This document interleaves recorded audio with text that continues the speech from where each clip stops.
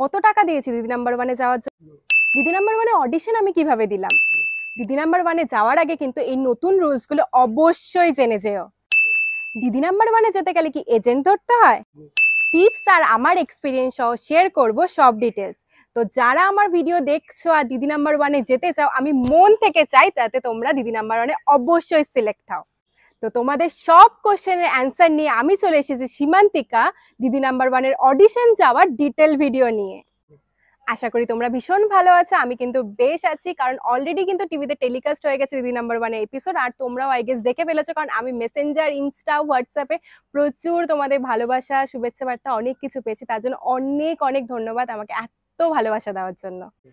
আগের ভিডিওতে প্লাস মেসেঞ্জারে প্লাস আমাকে পার্সোনালিও তোমরা অনেকে ডিএম করে জিজ্ঞেস করেছো যে আমি কিভাবে অডিশন দিলাম, দিদি নাম্বার ওয়ানে অডিশনেরই বা কি প্রসিডিওর রয়েছে, তারপরে আমি যে গিফটগুলো পেয়েছি ওগুলো কি সত্যি আমি আনতে পেরেছি না ওগুলো শুধু শোকেসের জন্য ছিল, আর গিফট আনতে কি আমাকে কোনো টাকা দিতে হয়েছে? আর সব থেকে মজার কোশ্চেন সেটা হচ্ছে আমি দিদি নাম্বার ওয়ানে কত টাকা দিয়ে গেছি। এটা শুনে যা বাজে হেসেছি কি আর বলবো। তো তোমাদের এইসব মজার মজার প্লাস তোমরা অনেক কিছু জানতে চাইছো, এই কোশ্চেনগুলোর অ্যান্সার নিয়ে কিন্তু আমি আজকে চলে এসেছি ভিডিও নিয়ে। তো দেরি না করে বন্ধুরা ভিডিওটা শুরু করছি, আর তোমরা কিন্তু ভিডিওটা একদম লাস্ট অবধি থেকো, কারণ আমি ভিডিওটার প্রতিটা স্টেপে কিছু না কিছু টিপস তোমাদের শেয়ার করবো, যেই টিপসটা ফলো করলে কিন্তু তোমাদের দিদি নাম্বার ওয়ানের অডিশনের ডাক আসবেই আসবে, আর সেটা কিন্তু মাত্র 1 সপ্তাহের মধ্যে। আর ভিডিও শেষে আমি আর একটা স্পেশাল টিপস শেয়ার করব, সেটা ফলো করলে মাত্র 2 দিনে কিন্তু অডিশনের ডাক পেয়ে যাবে। তো এই দেখো তোমাদের এই এত কোশ্চেন সব নোট ডাউন করে নিয়েছি। তো ফার্স্ট কোশ্চেনে চলে আসি, আমি কত টাকা দিয়ে দিদি নাম্বার ওয়ানে গেছি? এই কোশ্চেনটা শুনে যা বাজে হেসেছি, মানে আমি নয়, আমার বাড়ির সবাই খুব বাজেভাবে এসেছে। প্রথমেই তো আমি তোমাদের বলেছি আমি কোনো অডিশন দেইনি, ডিরেক্ট আমাকে কল করেছিল, তো এখানে টাকা দেওয়ার তো কোনো প্রশ্নই আসছে না, মানে আমি কোনো রকম কোনো টাকা দেইনি। আর আমার যতদূর জানা আছে কেউ যদি অডিশন দিয়েও যায় তাদেরও কিন্তু কোনো টাকা দিতে হয় না। আমার চেনা জানা অনেকে গেছে, তাদেরও কিন্তু কোনো রকম কোনো টাকা দিতে হয়নি, তারা ডিরেক্ট অডিশন দিয়ে শোতে গেছে। সো এটাই বলবো, এটা কেন তুমি কোশ্চেনটা করেছো যে করেছো আমার জানা নেই। অনেকেই জানতে চেয়েছিলে আমি কিভাবে অডিশন দিয়েছি, তো এই কোশ্চেনের উত্তরে বলে রাখি আমি কোনো রকম অডিশন দেইনি, বাট ডোন্ট ওয়ারি, তোমাদের জন্য কিন্তু আমি সব তথ্য নিয়ে চলে এসেছি, সবকিছু আমি ডিটেলসে এক্সপ্লেন করবো যে তোমাদের কিভাবে অডিশন দিতে হবে বা অডিশনের জন্য আগের কি প্রসিডিওর রয়েছে সবকিছু কিন্তু থাকছে। তার জন্য কিন্তু তোমাদের পাশে চাই, একদম স্কিপ করো না, দেখতে থাকো। তো তোমাদের আগেই বললাম আমি কোনো রকম অডিশন দিইনি। দিনটা ছিল 27 জুন, মানে আমার বার্থডের পরের দিন। আমার বার্থডে ছিল 26 জুন। তো আমরা সব বন্ধুরা মিলে একটা রিসর্টে ঘুরতে গেছিলাম। তো 27 জুন আমরা দুপুরবেলা ফিরি, তখন একটা আননোন নাম্বার থেকে কল আসে। আর আমাকে যারা পার্সোনালি চেনো খুব ভালো মতো জানো আমি আননোন নাম্বারে খুব একটা কল রিসিভ করি না। সেদিন কি মনে হলো যে রিসিভ করে দেখি কি বলছে না বলছে। তো রিসিভ করার পরে বলছে আমি জি বাংলা থেকে বলছি। যেই বলছে জি বাংলা থেকে বলছে, এ ভাই এটা তো ফেক কল হবে ভাই, बहुत तेज हो रहा है। এরকম ভাবে কল করে বলছে জি বাংলা থেকে বলছি, দিদি নাম্বার ওয়ানে একটা শুট হতে চলেছে, একটা জেলা লড়াই হবে, সেখানে কি তুমি অ্যাজ আ ব্লগার তোমার জেলা মানে উত্তর দিনাজপুরকে রিপ্রেজেন্ট করতে চাও? আমি তো শুনে কিছুক্ষণ চুপ, কারণ এরকমও হয় আমার যতদূর জানা আছে যে অডিশন দিয়ে তোমার দিদি নাম্বার ওয়ানে যেতে হয়, এরকম ডিরেক্ট ফোন কলে হয়। তো একটু মনে হলো ফেকই হবে, তারপর বললাম ঠিক আছে বলে দেখি, কথা বলি কি হচ্ছে দেখা যাক। তাই বললো হ্যাঁ অবশ্যই ইন্টারেস্টেড। তারপর বললো ঠিক আছে তাহলে তোমাকে কিছুক্ষণ পরে সব ফর্মালিটিস আর আরো যা যা ডিটেলসের জন্য কল করা হবে, তো সেই কলটা রিসিভ করো। কলটা কাটার পরেও আমি শিওর ছিলাম যেটা পুরোপুরি ফেক, কারণ এরকম আমার জানা নেই যে এরকম ভাবে অডিশন না দিয়ে দিদি নাম্বার ওয়ানে যাওয়া যায়। তারপরে আমার সন্ধ্যেবেলার শিফট, অনেকেই জানো, তো আমার অফিস 6টায় শুরু হয়, তখন অ্যারাউন্ড 5:45 মতো বাজে, আর একটা কল আসে যে আমি জি বাংলা থেকে বলছি, তোমার 29 জুন শুটিং হবে। তো আমি তখন বুঝলাম না এটা ফেক না, সত্যিকারে হচ্ছে যা হচ্ছে। Oh my God! তো তারপরে বললো তোমাকে হোয়াটসঅ্যাপে সব ডিটেলস পাঠিয়ে দিচ্ছি, এগুলো নিয়ে আসতে হবে। এখানে একটা পয়েন্ট, আমাকে বললো 6টা শাড়ি বা 3টে শাড়ি 3টে এথনিক নিয়ে যেতে হবে। আর আমি ওই মোমেন্টে কলকাতায়, আমার কাছে না কোনো শাড়ি আছে না কিছু আছে, মাঝখানে মাত্র একটা দিন, আর তখন অলরেডি 6টা বেজে গেছে। কি করব কিচ্ছু বুঝে পাচ্ছি না, সাথে সাথে মাকে ফোন করলাম, তুমি যেভাবে হোক 3টে শাড়ি 3টে এথনিক এক্ষুনি কুরিয়ার করো। তো এরপরে কি হলো, এখানে একটু পজ করছি, কারণ এবার তোমাদের পয়েন্টে আসা যাক। তোমরা নিশ্চয়ই ভাবছো শুধু ওর গল্প বলে যাচ্ছে, ও তো অডিশন না দিয়ে চলে গেল, বাট আমরা কিভাবে যাব, রাইট? তো এবার বলি তোমরা কিভাবে যাবো। আমি কোনো অডিশন দিয়ে যাইনি, বাট তোমাদের জন্য কিন্তু আমি সব ইনফরমেশন কালেক্ট করে এনেছি। একটা হোয়াটসঅ্যাপ নাম্বার রয়েছে, সেটা আমি ডেসক্রিপশন বক্সে দিয়ে দেবো, প্লাস তোমরা স্ক্রিনেও দেখতে পারবে। ওখানে গিয়ে জাস্ট একটা হোয়াটসঅ্যাপ করতে হবে তোমাদের। তো এই স্ক্রিনে দেওয়া হোয়াটসঅ্যাপ নাম্বারে জলদি হোয়াটসঅ্যাপ করে ফেলো। আর হোয়াটসঅ্যাপ করার পরে কিন্তু অবশ্যই চেক করতে থেকো, কারণ কখন ওদের রিপ্লাই চলে আসে বলা যায় না।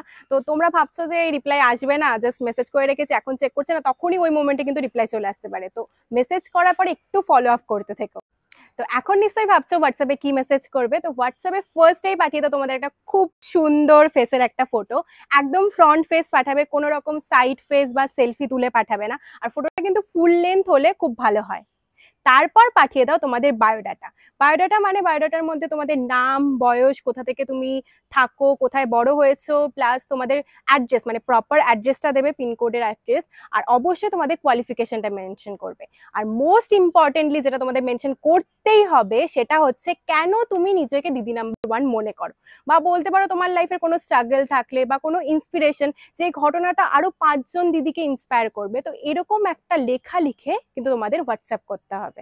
তো এই বিষয়ে একটা ইম্পর্টেন্ট কথা বলে রাখি, দেখো ওরা তোমাকে চেনে না, তুমিও ওদের চেনো না। তো তোমার লেখার মাধ্যমে কিন্তু তোমাকে ফুটিয়ে তুলতে হয়, মানে তোমার লাইফে স্ট্রাগল কি, ইন্সপিরেশন হয়েছে কি, রয়েছে না রয়েছে, কেন তুমি নিজেকে দিদি নাম্বার 1 মনে করো, খুব ভালো করে কিন্তু তোমাদের লিখতে হবে। আর যত ভালো করে লিখবে, যত বেশি মশালা দেবে, তত কিন্তু দিদি নাম্বার 1-এ চান্স পাওয়ার বা ডাক আসার প্রবাবিলিটি বেড়ে যাবে।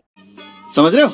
যেমন তোমরা লিখতে পারো যদি কারো লাইফে কোনো স্ট্রাগল থাকে সেটাকে ওভারকাম করে কিভাবে তোমরা আজ নিজের পায়ে দাঁড়িয়েছো, বা সোশ্যাল মিডিয়াতে যারা কন্টেন্ট ক্রিয়েট করো আমার মতো সেইভাবে কন্টেন্ট ক্রিয়েট করে টাকা ইনকাম করে ফ্যামিলির পাশে দাঁড়িয়েছো, এগুলো কিন্তু তোমরা গুছিয়ে লিখতেই পারো। তো এমন কিছু প্লিজ বলো না যেরকম আমি ছোটবেলায় করেছিলাম। একটা মজার ইনসিডেন্ট বলি। তখন আমি ক্লাস 7 কি 8-এ পড়ি। তো আমাদের বাড়ির পাশে দিদি নাম্বার 1-এর অডিশন নিতে এসেছিল। তো আমাকে বলা হয়েছিল, মানে জিজ্ঞেস করা হয়েছিল যে আমি কেন দিদি নাম্বার 1-এ যেতে চাই। আমি কি অ্যান্সার দিয়েছিলাম জানো? আমি বলেছিলাম রচনা আন্টিকে দেখতে। বাস, তারপরে চুপ, আর কোনো কথা বলি নাই। তো এরকম কিছু প্লিজ লিখো না, তাহলে কিন্তু কোনোভাবেই তোমাদের ডাক আসবে না। তো তোমাদের এখানে একটা সাজেশন দিয়ে রাখি, স্কুল লাইফে জানি না কত ভালো করে এসে লিখেছো, তার থেকেও 100 টাইমস ভালো করে নিজের লাইফের এসে লিখে ফেলো, উইথ অল মশালা, চটপটা, ঝাল সবকিছু দিয়ে লিখে হোয়াটসঅ্যাপ করে দাও। আমি 100% শিওর তোমাদের 2 দিনের মধ্যে দিদি নাম্বার 1 থেকে ডাক আসবেই আসবে। তো এবার নেক্সট কোশ্চেনে আসি। তোমরা জিজ্ঞেস করেছিলে অডিশন মেনলি কোথায় হয়। তো অডিশন কিন্তু মেনলি হয় ডিআরআর স্টুডিও রাজারহাট। তোমরা যেই নাম্বারে হোয়াটসঅ্যাপ করবে ওই নাম্বার থেকে ওরা কিন্তু সব ডিটেলস পাঠিয়ে দেবে, মানে অডিশন কোথায় হবে, টাইমিং সবকিছু। তো এর পরের কোশ্চেনে আসি। এর পরের কোশ্চেনটা ছিল যেদিন শুটিং হবে সেদিন তোমাদের কি কি নিয়ে যেতে হবে। তো তোমাদের আগের দিন মানে যেদিন শুটিং হবে তার একদিন বা 2 দিন আগে তোমাদের কিন্তু জানিয়ে দেবে কি কি নিয়ে যেতে হবে। তো আমাকে বলেছিল 3টে শাড়ি আর 3টে এথনিক নিয়ে যেতে। এখানেই হয়েছিল প্রবলেমটা, কারণ তোমরা অনেকেই জানো আমি ওই সময় মানে জুনের লাস্টের দিকে কলকাতা থেকে পুরোপুরি রায়গঞ্জ শিফট করছিলাম। তো অলরেডি আমার সব জামা কাপড় চলে গেছে, ওখানে কোনো রকম কোনো শাড়ি ছিল না। তো আমি জাস্ট আমাকে একদিন আগে জানিয়েছে, সেটা আবার সন্ধ্যে 6টার সময়। তো হাতে খুবই কম সময়, জাস্ট আমি মাকে ফোন করে বললাম যেই শাড়ি পাও 3টে ডিফারেন্ট কালারের শাড়ি জাস্ট তুমি তাড়াতাড়ি কুরিয়ার করো। তো মা তাড়াতাড়ি কুরিয়ার করতে গিয়ে কিছু লাইট কালারের শাড়ি পাঠিয়ে দেয়। আর এখানে একটা টিপস দিয়ে রাখি, মাথায় রেখো কোনো লাইট কালারের শাড়ি কিন্তু নিয়ে যাবে না, মানে স্পেশালি গোল্ডেন বা হচ্ছে ইয়েলো কালার, কারণ ওগুলোতে লাইট পড়লে ভীষণ বাজে আর ডাল লাগে। তো ওটা কিন্তু ওরা মেনশন করে দিয়েছিল, তো আমাকে মা ভুল করে পাঠিয়ে দেয়। এবার হচ্ছে আমি কি করব। তখন আমাকে সিরিয়াসলি একজন হেল্প করে, সেটা হচ্ছে টেলার অন কলের খুশবুদি। ওই বুটিকের যে ওনার রয়েছে খুশবুদি ভীষণ ভালো। তো উনি আমাকে বললো যে তোর চিন্তা কিসের, আমার বুটিক তো রয়েছে, আমার বুটিকের আর শাড়ি আর ব্লাউজটা তুই নিয়ে যা। তো ওই দিদি আমাকে ওই বুটিকের শাড়ি আর ব্লাউজ দিয়েছিল টেলার অন কলে। আর ফাইনালি ওই শাড়ি আর ব্লাউজটা ওরা সিলেক্ট করে। তো তোমাদের আগের ভিডিওতে অলরেডি দেখেছো, আমি বলেছিলাম যে যারা দেখোনি তারা অবশ্যই আই বাটন থেকে দেখে নিতে পারো। তো ওখানে আমার একটা ব্লু কালারের শাড়ি খুব পছন্দ হয়েছিল, সেটা আমি পরতে চেয়েছিলাম, কিন্তু ওরা আমাকে পরায়নি, কারণ রচনা ব্যানার্জি ওদিনকে ব্লু কালারের শাড়ি পরেছিল। তো এই কথাটা মাথায় রেখো, ডিফারেন্ট ডিফারেন্ট কালারের কিন্তু শাড়ি নিয়ে যেও, কারণ তোমাদের কিন্তু সেম কালারের শাড়ি পরাবে না, কারণ যেই শাড়িটা রচনা ব্যানার্জি পরবে বা অন্য কোনো কন্টেস্টেন্ট পরবে সেই কালারের শাড়ি কিন্তু তোমাদের পরাবে না। তো বারবার বলছি শাড়ির ভেরিয়েশন রেখো, মানে একটা জামদানি নাও, একটা ঘিচা নাও, একটা লাল কালারের শাড়ি নাও, একটা নীল কালারের শাড়ি নাও, এরকম কিন্তু ভেরিয়েশন রেখো। তো আমার ক্ষেত্রে ওই টেলার অন কলের দিদি ভীষণ হেল্প করেছিল। আর যেই শাড়িটা পরেছিলাম ওটার ফটো কিন্তু আমি অ্যাটাচ করে দিয়েছি, আর যারা অলরেডি টেলিকাস্টে দেখেছো তারা তো জানোই। তো শাড়িটা বা ব্লাউজটা পছন্দ হলে টেলার অন কলের সাথে কিন্তু তোমরা কন্ট্যাক্ট করে নিতে পারো। আর অবশ্যই বলে রাখি প্যান কার্ড আর আধার কার্ড কিন্তু শুটিংয়ের দিন অবশ্যই নিয়ে যেও। কেন নিয়ে যেতে হবে সেটা নিয়ে তোমাদের পরে বলছি, কারণ আমি এই ভিডিওতে মেনলি ফোকাস করছি যে তোমরা কিভাবে অডিশন দেবে বা অডিশনে কিভাবে সিলেক্ট হবে ওগুলো নিয়ে। তো তোমাদের পরের প্রশ্নতে আসি। তো পরের প্রশ্ন ছিল তোমাদের অডিশনে কি কি প্রশ্ন করে। তো আগেই তোমাদের বলেছি আমি কোনো রকম অডিশন দেইনি। ফিজিক্যাল অডিশনে কি কোশ্চেন করে সেটা আমার কোনো ধারণা নেই।